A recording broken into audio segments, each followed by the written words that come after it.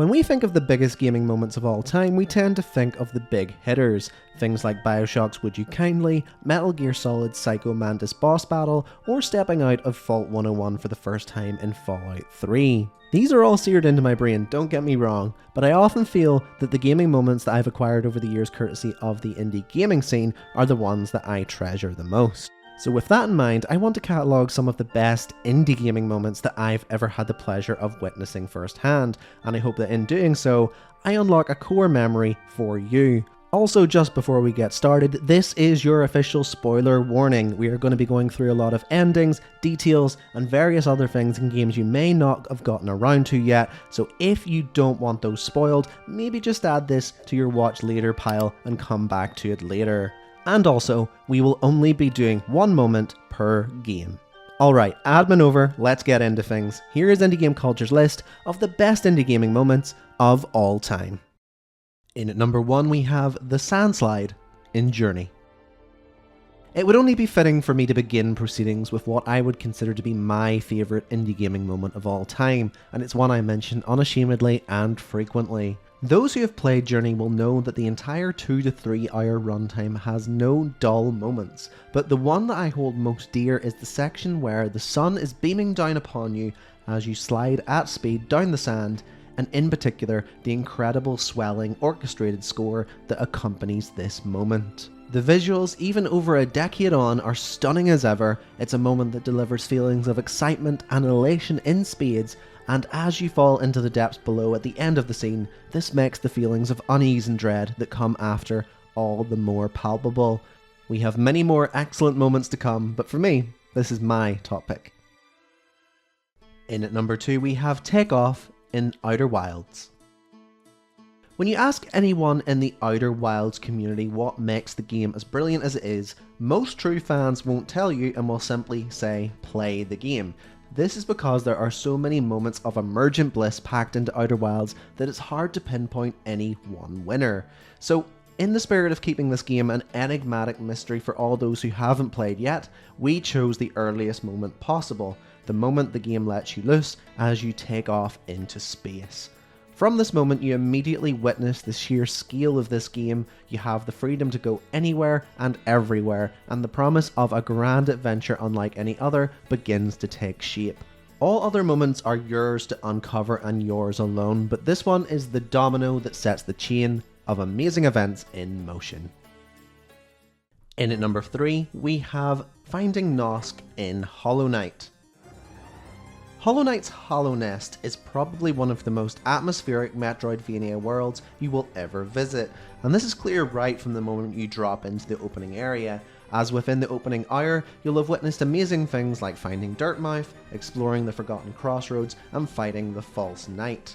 However, the best is yet to come, and for me the standout moment of Hollow Knight by a long shot is meeting Nosk. When you find them in Deep Nest, they present themselves as a like-for-like clone of the player character, and until this moment, you will have been led to believe that you're one of a kind. An underestimated outcast in a world of dejected and downcast bugs, but finally, there is someone that understands and maybe has some answers. After following them, the game then flips the script as the little knight turns out to be a deadly spider boss known as Nosk, and they will transform before your eyes before coming at you with all their might. The fight is a bit of a letdown when you know how to cheese it, but for the spectacle of the build-up alone, this is a moment that stays with you.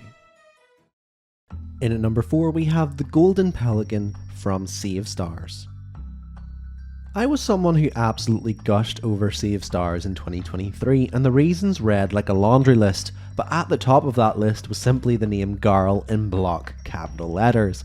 Garl is a delightful, impossibly jovial and endlessly lovable character that you just wish you could befriend in real life. Honestly, he does a lot of the charismatic heavy lifting in the party because heaven knows Zeal and Valere aren't exactly social butterflies. This is exactly why when he dies midway through the game, it hits the player like a ton of bricks. But fear not, dear player, because if you're willing to put in the work, he can be resurrected, fixing the mistakes of Final Fantasy VII. This all leads to a wonderful scene where everyone who Garl has touched in some way attends a lavish dinner at the Golden Pelican, and without dissecting every little bit of dialogue there, It's an incredibly heartwarming scene, and it showcases what a pure soul Garl is, and if you haven't had the pleasure, I would urge you to join him for a sit-down meal. In at number 5 we have reaching Hawk Peak in A Short Hike. A Short Hike is a rare example of a modern, cozy game that actually nails gameplay, aesthetics, and the cozy feel to provide an amazing game set in a micro-sized open world. There are a lot of moments that feel memorable in the same way that your first kiss at camp or a funny moment in science class was memorable. However, the moment that really ties it all together and feels like a real accomplishment is reaching the top of Hawk Peak. There is a genuine feeling of pride as you collect enough feathers and help enough people to carve out a path to the top. And then comes the heartwarming discussion on the phone with Claire's mother that made me feel like checking in with my family after playing. Then, just when you think the game will fade to black, the game urges you to leap from the top of Hawk Peak and fly around the island at breakneck speeds, showcasing how far you've come and just how small this little world actually is, even though it seems so huge and overwhelming to begin with. In at number 6 we have saying goodbye to Alice in Spiritfarer. When it comes to emotional gut punches that stay with you forever, Spiritfarer leaves you spoiled for choice, as practically every major character is immensely lovable and has a tragic story to tell. Stanley was right up there, as was the reveal behind what made Stella a qualified Spiritfarer. However, for me, Alice is the one that floored me. Alice is a little hedgehog that has good days and bad days. On her good days, she is the sweetest old soul you'll ever meet, and you'll wish that she could be your grandma. However, at her worst, she suffers from debilitating dementia, and as her story progresses, you'll see fewer and fewer lucid moments. You'll need to remember to bring her inside or she'll sit out all night, and watching this gradual decline is heartbreaking. This would be enough to draw tears from a stone, but then comes the goodbye at the Everdoor, where she becomes lucid one more time and delivers a short monologue that will leave you an emotional wreck when you return to your ship again. Alice is a character I think about often, and if you're emotionally prepared for Spiritfarer, I would love you to meet her too. In at number 7 we have the karaoke scene in Disco Elysium. Now for something a little more light-hearted. Disco Elysium is a game that does light-hearted moments very well despite being a very dense, lore-intensive and politically charged video game at its core, and one such silly moment is the karaoke scene within the Whirling in Rags. Players at the beginning of the game will probably clock a stage, and naturally, you'll make it your primary goal to perform because the world deserves to hear your pipes a-pipin'. To the tiny church there. It'll take a while to make this dream of performing a reality, but after finding the tape and tape player needed and convincing Gart to let you get up there, you'll then have a drama check standing in your way, and whether you pass or fail will determine whether it's a bone-chilling performance or a comically bad and embarrassing one. Either way, you're in for a treat. In at number 8 we have a picture within a picture in Viewfinder. I said in my review upon release that Viewfinder felt like a really good concept that didn't quite have the legs to be a groundbreaking puzzle game, and I stand by that. However, the slice of the game that was shown in the game's demo, which I believe had a hand in making the game an unwarranted viral success, is a very strong showcase of what could have been. This moment within the demo, specifically level 2.3, is what stood out to me and what set the internet ablaze. This level allowed you to jump through a series of pictures and paintings one after the other, allowing you to jump from a child's drawing to a medieval castle to a cartoon desert and more. And as much as the game as a whole didn't blow me away, this section absolutely did. It just shows how cool fractal design can be within gaming, and it's something I would love to see more of, but until then, I guess we'll just have to be content with this little showcase of Inception adjacent brilliance. In at number 9 we have Becoming the Shade in Sable. As far as indie open worlds go, I think that Sable is easily the most ambitious in terms of size, mechanics, art style and lore, and while it does stumble at times, it's a game that is full of special moments like getting your first glider, exploring the worm, or playing detective in the Heartbreak in the City quest. However, for me, the best moment the game had to offer was the Shade of Acrea quest, where I was given the opportunity to adorn the mask of the vigilante hero of Acrea and free the wronged prisoner from their cell. It's a moment that offers a humorous cutscene and a quest that provides excellent world building and lore around the city of Acrea, so if you're someone who can get behind a little vigilante justice, then this is the moment you'll want to enjoy in your own time. In at number 10 we have the fish cannery in What Remains of Edith Finch.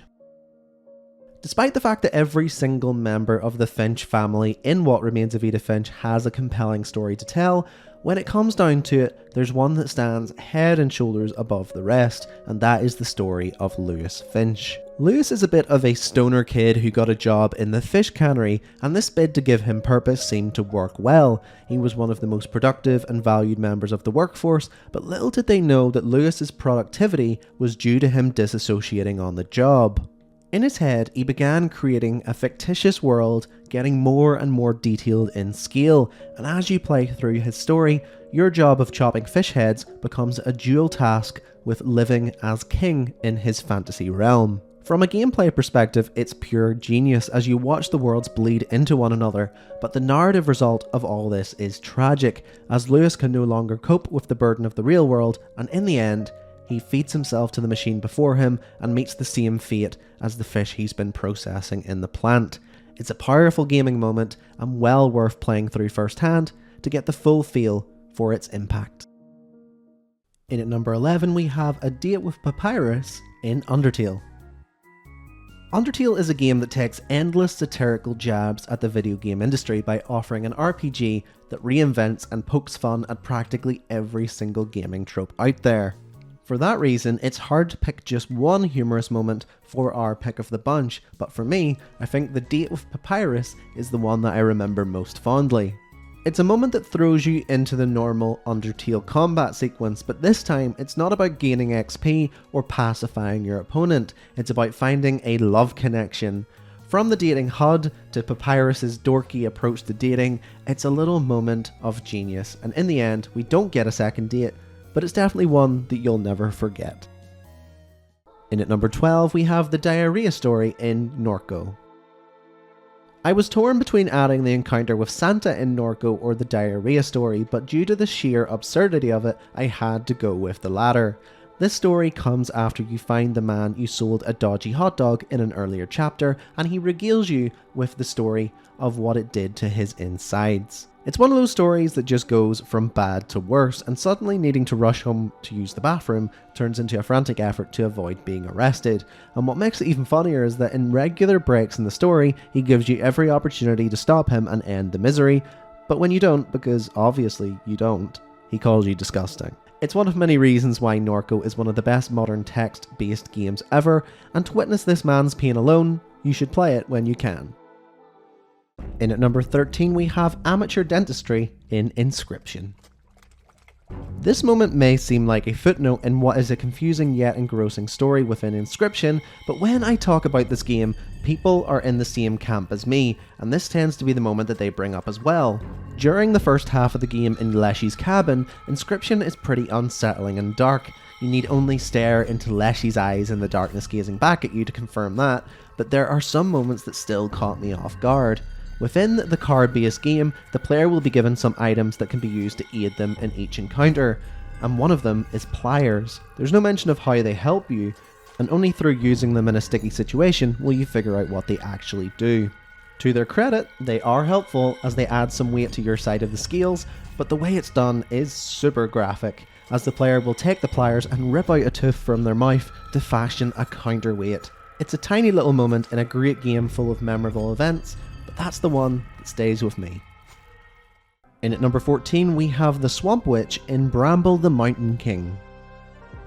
We now move on to Bramble the Mountain King, a game from 2023 that I feel really didn't get the acclaim it deserved, as this platformer, inspired by the likes of Little Nightmares, is every bit as good, if not better, than those that inspired it. This title uses Grimm's fairy tales to put together its world and narrative, and this slow descent from sunshine and rainbows to complete depravity is incredible. This duality is probably best showcased during the Carhexan the Swamp Witch encounter, One moment you'll be walking through a field of daisies with wild deer grazing nearby, and the next you'll be waist deep in mud as you frantically flee from the swamp witch that calls the pond home. It's perhaps not the most chilling moment in Bramble, as the game only gets darker from there, but the shock value of going from euphoria to impending doom in seconds makes this an iconic gaming moment in my eyes. In at number 15 we have using your foghorn in Dredge.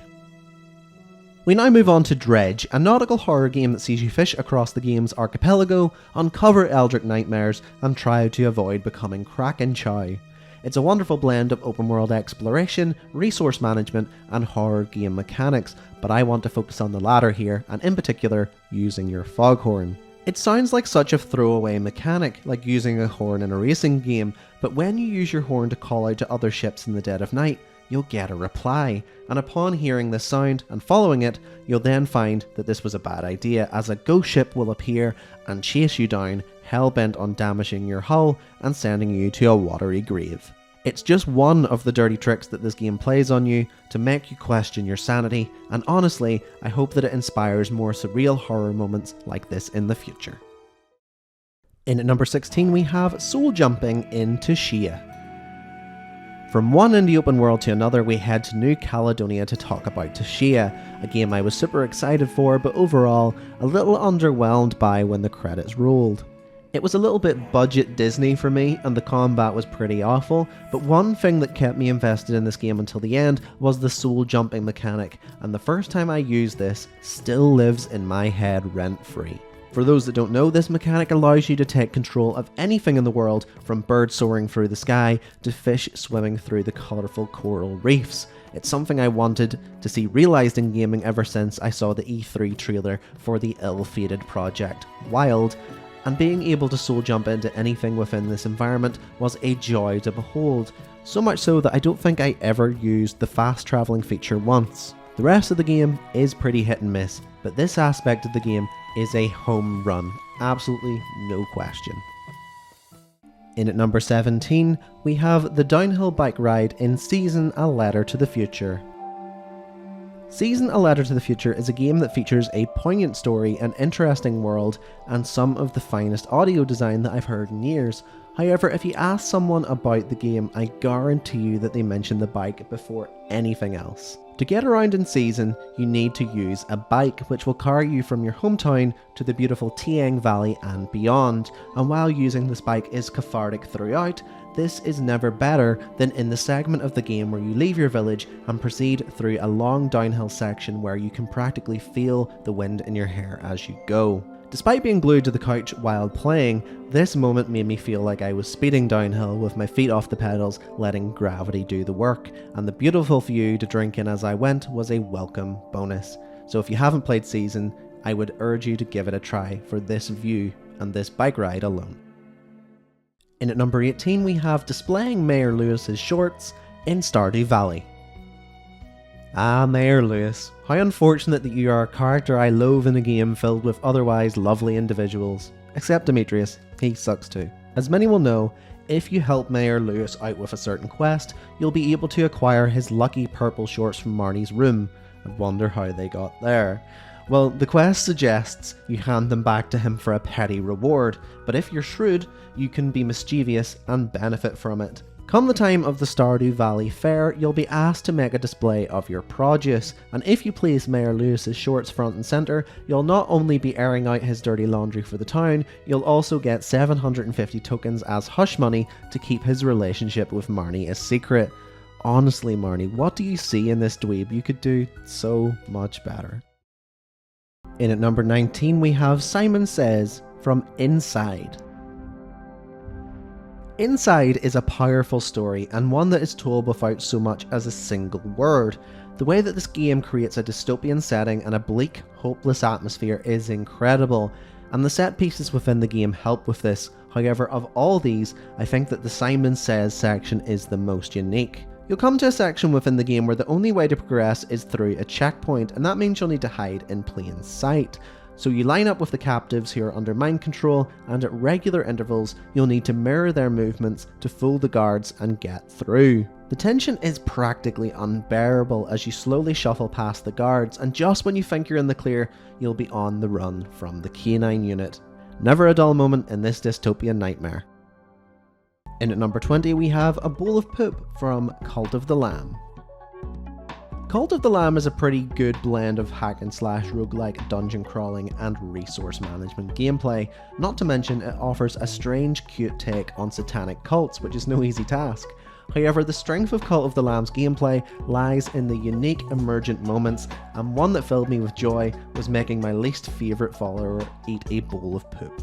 Is it highbrow humour? No, absolutely not. But just as Frank Reynolds said in the Always Sunny episode where he did the same thing, I got him to eat a poopy! And when push comes to shove, poop is just funny. Having this ability to test your followers' loyalty in weird and wacky ways is a rich vein of entertainment within Cult of the Lamb, and this moment is probably the one that really cemented my role as a tyrannical leader of my flock. In at number 21 we have The Controller Purrs from Stray. We move on to Stray, you know, that cat game that took over the internet for months? Yeah, that one. While Stray is a game that is better than it has any right to be, and actually has an interesting world and touching story, I find that the gameplay was a little bit of a letdown at times, especially with the platforming being set positions, rather than giving you the ability to jump around with careless abandon. However, there are so many little cat-themed details that make up for these shortcomings, and my moment tied to this game is exclusive to PS5 players, so sorry about that. You see, if you took a nap in the many different cozy spots dotted around the game's world in Stray, the DualSense controller would purr in your hand as your little kitty curled up and dozed on screen, and this moment made my little heart melt. I'm sorry for triggering any FOMO with non-PlayStation Stray players, but I felt I had to let you know because it is just so damn cute. In at number 22 we have Everything Fits in Unpacking. For those unaware, Unpacking is a game where the name says it all. In this game you'll be unpacking a series of objects in a number of different homes as you navigate this thing we call life, and with each move you'll witness your player's character growth and development through the stuff they keep and the stuff they throw in the trash. There are so many moments where you can read into the life of your character, like her early days in university where she brings along childhood trinkets to feel more at home, or the tough period with an oppressive boyfriend who would make no room for her stuff. However, the most touching moment in this game is when you unpack in your final home. There is a clear synergy between you and your partner, everything fits, your stuff blends nicely, you make room for each other, and you have areas dedicated to spending time together. Honestly, I think it's one of the most cleverly told love stories in the history of gaming, and while the gameplay may be a little too mundane for some, I think the payoff makes it all worthwhile. In at number 23 we have A Pop of Colour from TOEM. While they aren't everyone's cup of tea, I have a lot of time for monochromatic games, and I also have a lot of time for games where photography is the core mechanic. I guess I have Pokemon Snap to blame for that one.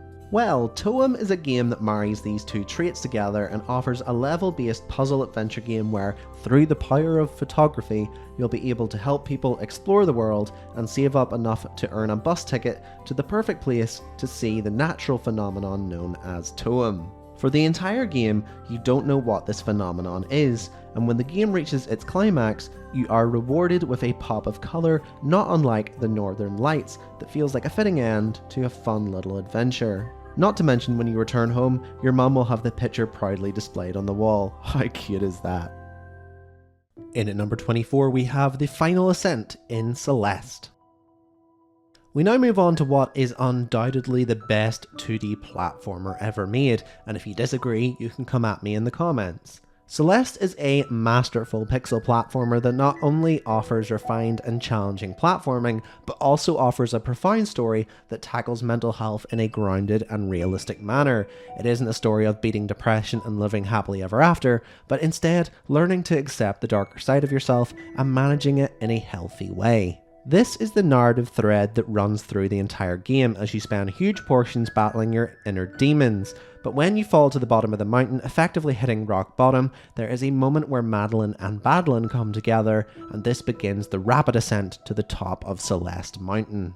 This final test of skill is brilliant and illustrates a burden being lifted effectively, with new mechanics offering a more fluid, free and fast movement scheme, and the view from atop Celeste Mountain, well, that makes it all the sweeter. In at number 25 we have Becoming the Nightmare in Little Nightmares. We've reached the halfway point and we keep going with Little Nightmares, a game that is full of terrifying and unsettling moments, and they are pretty much all tied to the monsters that punctuate this short adventure. I considered adding the twin chefs, I considered adding the long-armed librarian, but in the end, the moment that I thought deserved the spot on this list is the final section of the game where you defeat the final boss and become an equally terrifying monster in your own right. It's a feeling similar to becoming the Blob in Inside, as the player devours the end game boss, absorbing their dark powers, and then walks through the dining hall filled with the gluttons that once served as a threat before, snapping their necks with telekinesis as you go. It gives the player an unmistakable feeling of power, but this comes with the caveat of becoming the very thing that you've been running from the entire game, and as you ascend to the light, you can't help but worry about what you have allowed to escape to the surface. In at number 26 we have My Sisters in Love from Gone Home. When I think of the earliest examples of games within what we now call the indie gaming scene, I think of Gone Home, the game that took Dear Esther's walking sim blueprint and made it into an engaging narrative experience told almost purely through the environment you roam around. There are so many little details that can be garnered through thoroughly exploring the Greenbrier estate, but the core thread tying the narrative together is, where the hell did everyone go? It's something that looms large as you open up new areas of the home, and as you uncover events that have seen the family dynamic crumble in your absence, you can't help but think the worst. But surprisingly, the end to this title is a sweet one, and a very progressive one for the time it was released in 2009. In the end, you'll come to realise that your sister has run away from home to be with the one she loves against her family's wishes, and considering the rather bleak lead up, this was such a heartwarming moment and a relief. I always say this walking simulator is the blueprint for all other successful ones that came along thereafter, and this moment played a huge role in that success. In at number 27 we have the final fight with Mother in The Binding of Issac.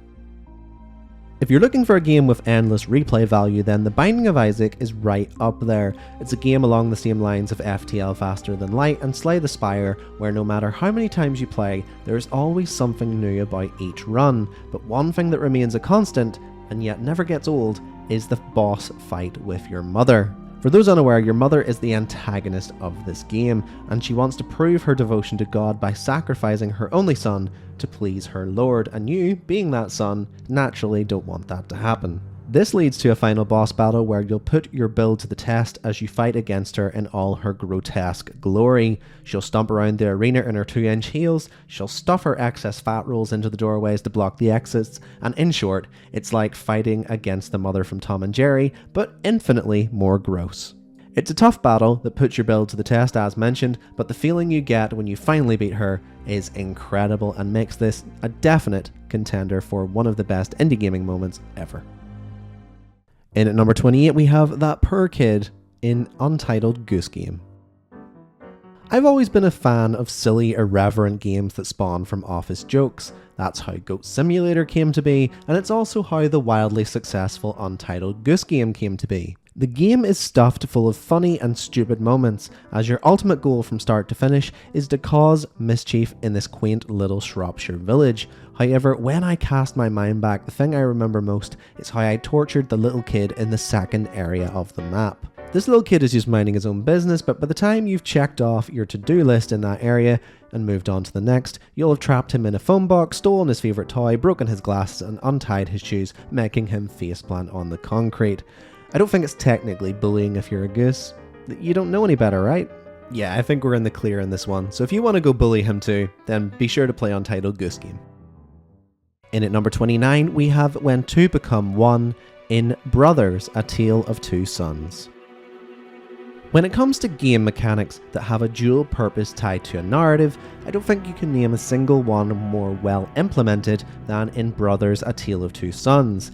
This is a game where you take control of two brothers as they go on a journey to get much needed medicine for their ill father, and through the use of independent thumbsticks, you control each brother. Along the way, you complete a series of puzzles and overcome adversity as you come closer to getting the medicine you need.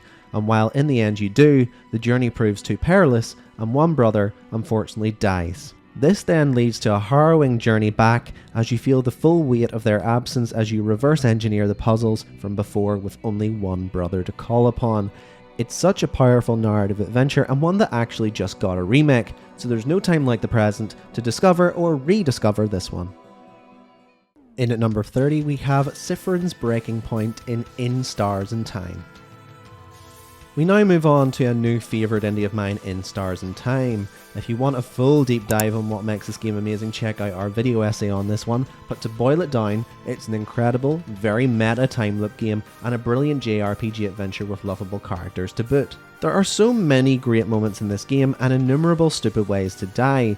However, the moment that stood out for me the most was the final loop, when Sifurin, having been through probably hundreds of loops, finally snaps and decides to go it alone, face the king on his own, and be the one to land the final blow. In this loop, the mania that Sifurin is experiencing is clear to see, as he is ostracized from the group, becomes cold and devoid of emotion, allows feelings of depression and self-doubt to creep in, and even in terms of gameplay, the map you know like the back of your hand becomes jumbled and glitchy to showcase the nightmare that's going on in his mind.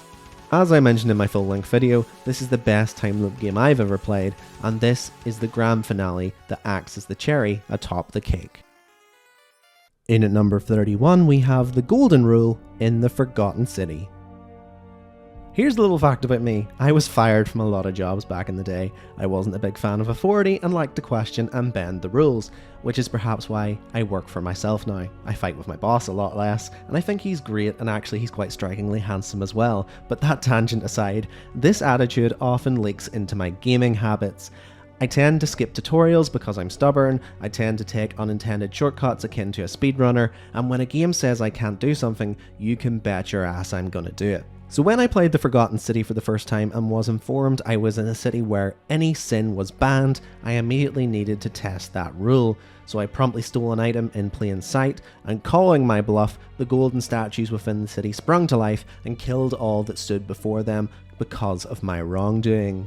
This put things in perspective for me, and from then on I was a little more careful. The Golden Rule was a pretty special thing to witness, and it's the glue that binds this amazing narrative adventure, The Forgotten City, together. So if you want to witness this firsthand yourself, please give this one a try. In at number 32 we have the 5th stage in GRIS. I'll be the first to admit that it took a while for me to catch on to what was going on within GRIS. It's a very heavily artistic game with an abstract and silent narrative, but when I realised that each section of the game represented the 5 stages of grief, suddenly everything clicked into place, and I saw GRIS for what it was, not just a strikingly beautiful platformer, but a masterpiece in silent storytelling. Through the scenery and gameplay, the game represents what it feels like to lose a loved one, whether it be through the heavy ability allowing you to smash things in the anger section, or swimming in the depths to avoid a monster in the depression stage. But the most touching moment is when the character finds her voice again, allows herself to remember her mother, and accepts the loss so she can become her full self again. From start to finish, this is a masterful portrayal of grief that is left open to interpretation and leaves room for the player to feel their own feelings about loss. And this ending is the closure we all need in this process. In at number 33 we have a change of perspective in Fez.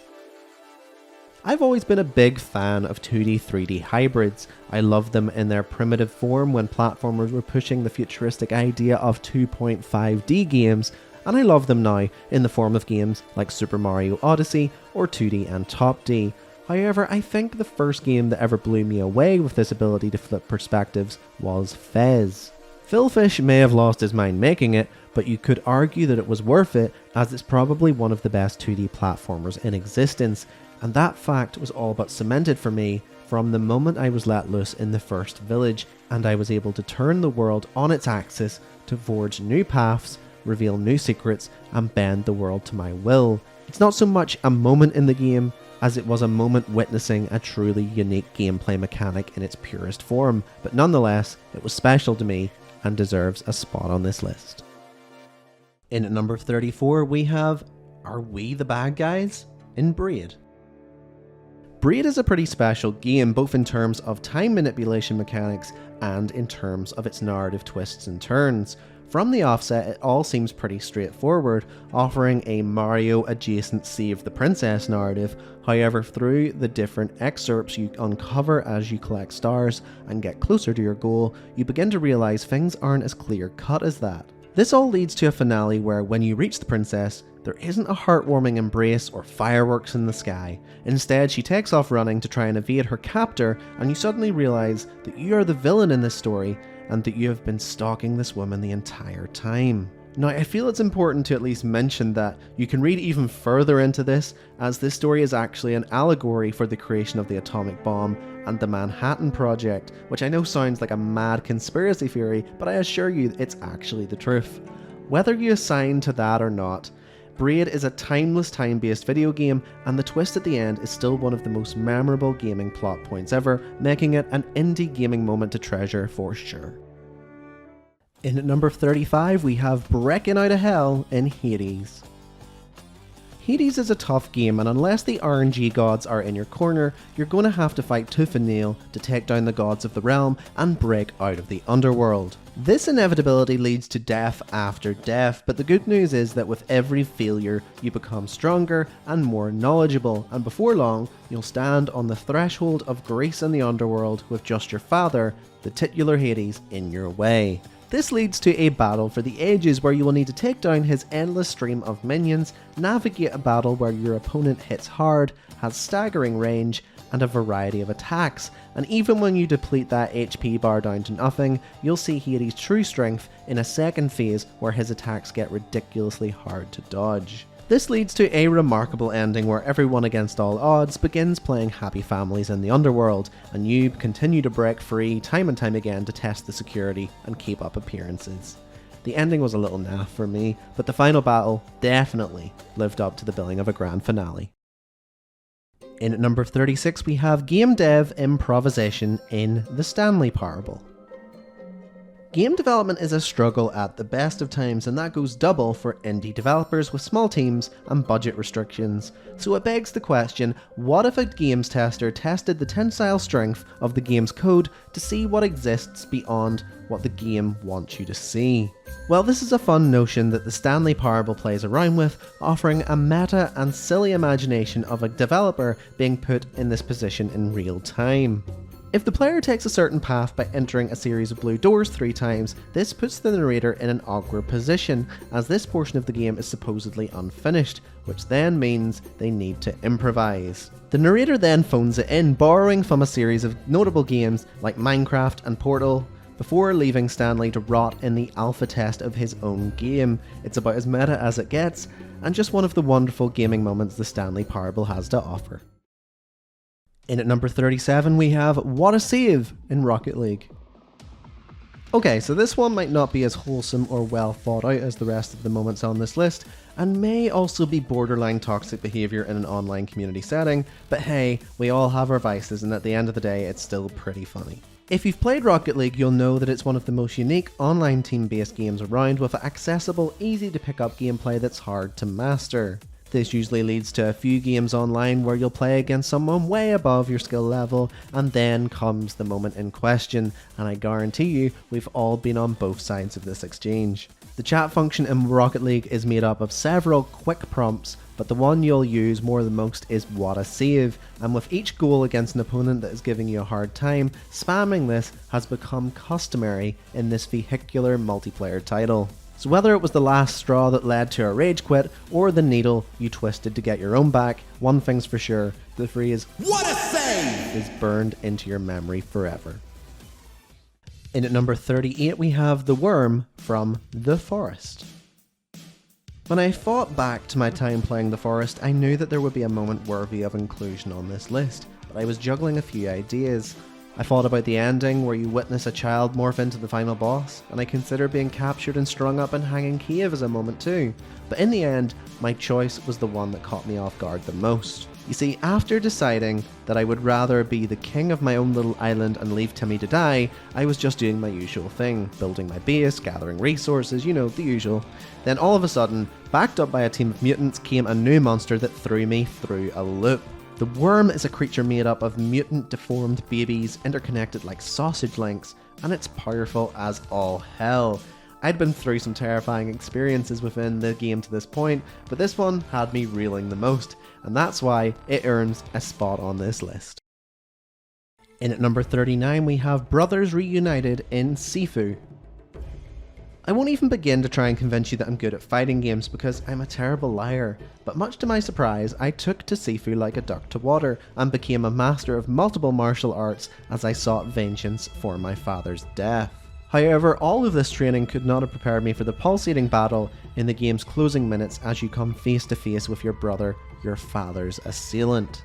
This battle is a real test of mastery where your parrying, blocking, movement, combos, timing and grasp of the unique mechanics need to be as sharp as ever, and even then, you might just get bested by a worthy adversary. But in the end, even if you win, it's a hollow victory, as you will have struck down your own flesh and blood, blinded by rage. But hey, it's a good excuse to go and do another lap around to get the alternate ending, right? In at number 40, we have The Platypus from To the Moon. There are some games that set out with the intention of making you cry, and one of those is To the Moon. To the Moon is a story that sees you play inside the memory of John Wiles, who has agreed to a wish fulfillment service that replaces real memories with fabricated ones, and inexplicably to himself and others, he wants to create a memory where he went to the moon. Over the course of this story, it's slowly revealed why Johnny wishes to go there, and it all relates back to a repressed memory where he met his would-be wife as a child, and they agreed that if they ever got lost or separated, they would meet on the moon. There are innumerable sad and touching moments to choose from, but the reveal that the platypus toy that Johnny treasured his entire life with no tangible reason for doing so was the toy that his wife River gifted him that day was so heartbreaking. It's just one of the nails through the heart that this game hammers in deep, but it's the one that stuck with me the most, so consider this a PSA to play To the Moon because it's pretty amazing. In at number 41 we have the Snatcher boss from A Hat in Time. A Hat in Time is a pretty unique 3D platformer that doesn't take itself too seriously in the best way possible, and as a result this leads to quite a few unique and memorable gaming moments, such as a funny reimagining of the murder on the Orient Express, or saving a fictitious dog called Pants from a Bond villain-like killing machine. However, in terms of gameplay, humour and overall spectacle, the standout moment has to be the Snatcher fight. A Hat in Time players will know that each new world comes with a dramatic change of pace, and the themes of the game vary wildly, and in the Snatcher's forest things take a bit of a dark and sinister turn, not that it ever bothers Hat Kid. This leads to you losing your soul, working under contract for a demon, and then eventually fighting that demon, and the battle is nothing short of amazing.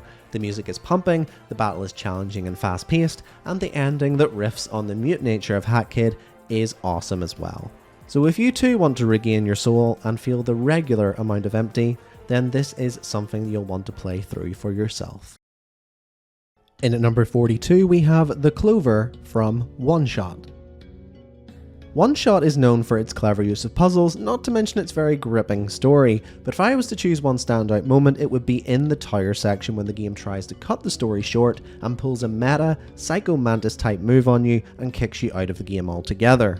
Many may think that this is the end, but if you dig into the game's files you'll be able to find a clover to uncover all the tools you need to proceed up the tower and get the ending you feel you deserve, but you'll need to solve a series of very clever puzzles to make that a reality. Then comes the moral dilemma of saving Nico or saving the world, where you come to question whether replacing the sun really is the right thing to do.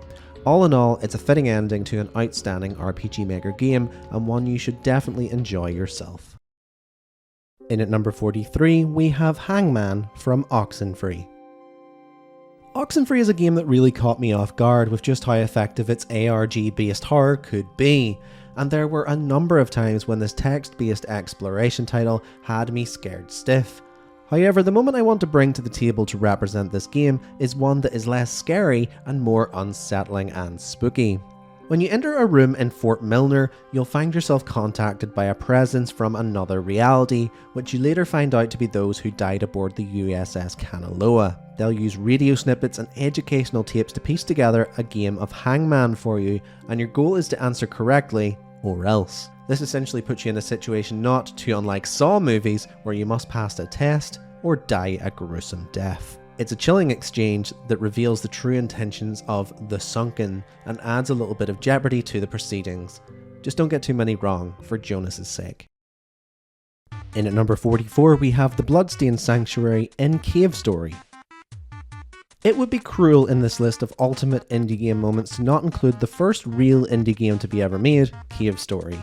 And if we're including Cave Story, then the moment in question needs to be the Bloodstained Sanctuary and the fight with Balos at the end. In terms of 2D platforming design masterclasses, Cave Story showed how it was done all the way back in 2004, as Bloodstained Sanctuary is a tough challenge where the screen is busy as all hell and you'll need complete mechanical mastery to get through. This is tough enough to overcome, but then after all this, you'll need to kill the game's main antagonist Balos and free the world from his reign of tyranny. It's a boss battle that grows in complexity with each phase, beginning as a doddle, but by the end, you'll be sweating buckets. All in all, a portion of Cave Story that highlights how much of a marvel this game was, and to say that it's truly ahead of its time would be putting it lightly. In at number 45 we have Admiring Your Own Work in Chicory, A Colourful Tale. There have been a few games in recent memory that have allowed players to have the agency to create a world in their own image, where their imagination is the only limitation to what they can create. Concrete Genie springs to mind when I think of this concept, but this game, like many others, was unable to offer more than fleeting moments of potential creativity. Well, enter Chicory, A Colourful Tale, a game where you take over for the absent artist of the world and need to restore colour in a fully explorable colouring book world. It's an incredibly cute and clever game with fun puzzles to solve, but the best moment is actually when everything wraps up.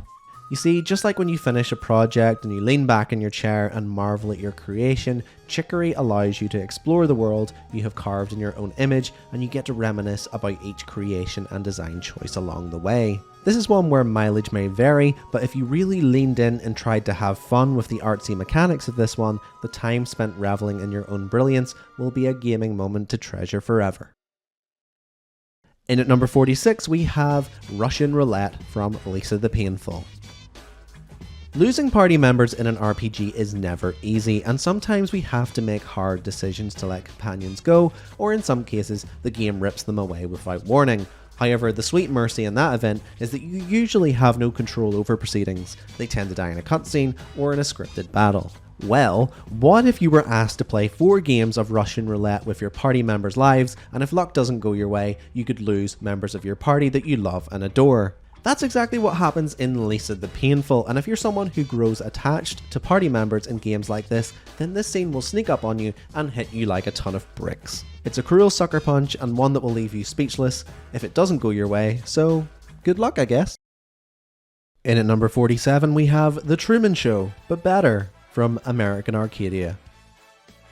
As someone that rather liked the dual nature of the gameplay within American Arcadia, as well as the writing that is basically The Truman Show but done a little bit different, I can say that there are a few standout moments that one could highlight here, but let's face it, the ending is the real showpiece here.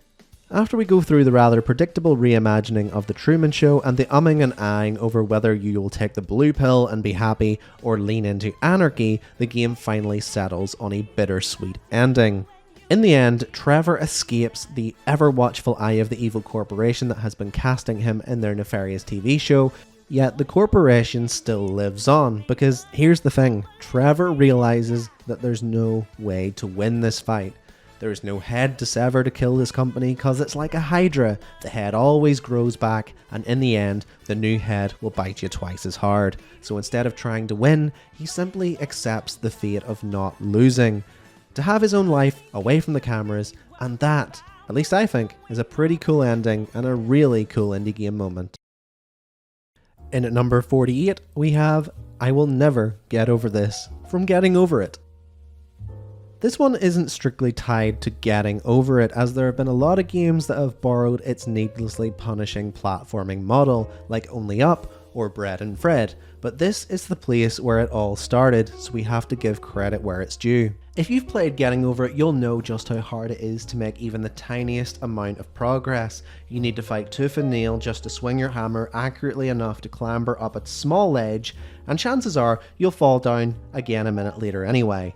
Well, I can guarantee that everyone remembers their own personal moment of dismay as they watched as all their progress was undone as one wrong move led to you careening down the course you had spent hours navigating to this point, which undoubtedly led to a swift uninstall of the game. I never said all these moments would evoke good memories, did I? In at number 49, we have the undying love of a mother in Venba. Our penultimate entry comes courtesy of a short but sweet tale of an Indian family's story of strife as they navigate embracing a new culture while trying to keep some semblance of their own. Venba is a very emotional game that is told through traditional Indian food. But in between the Cooking Mama adjacent minigames, you'll witness a very grounded and touching story as a mother watches as her own son grows distant, denounces his family's culture for his adopted American way of living, and this leads to a very memorable scene. Your player character Venba gets a call from her son, and he says that he'll be coming to visit, a rarity these days after the death of his father. So his mother, with your help of course, cooks a series of Indian meals, a proper banquet, and awaits his arrival, which, as you might have guessed, never comes. It's a moment that will make even the most stoic individual want to hug their mother, and it's one of many reasons to try Venba. And in at number 50 we have The Truth in Bugsnax. Then lastly we finish with Bugsnax, a jovial little game not too far removed from Pokemon Snap, where you need to explore an island, catalogue various tasty critters around the place, and try to locate the explorer that invited you to the island to interview her on her scientific findings. From the beginning of the game, you're taught to love the Bugsnax, to see them as a resource, a species to be protected, and a gang of cute critters to cuddle, but there is a nasty truth lurking literally under the surface, and when you finally find Lizbert, this is revealed. You find her in a grotesque half Lizbert, half Bugsnax form, and she informs you that the Bugsnax are nothing more than parasites that exploit your weakness and take over the host until you are nothing more than a walking, talking Bugsnax. A dark and twisted scene like this was the last thing I was expecting from Bugsnax, and it certainly makes you think about not ordering a McDonald's for dinner. I mean, you probably still will, but you considered it, so it's a pretty powerful scene nonetheless. So there you have it guys, 50 of the most iconic indie gaming moments of all time. I hope that this was a fun trip down memory lane, and maybe it inspired you to add a few more of these to your gaming library. If you did like it, please like and subscribe, comment, and do anything you can to support the channel. Every little bit helps to help us grow into the biggest indie gaming channel on YouTube. That's the dream, I hope you can help us achieve it. But until next time, I've been Cal, and I'll see you then.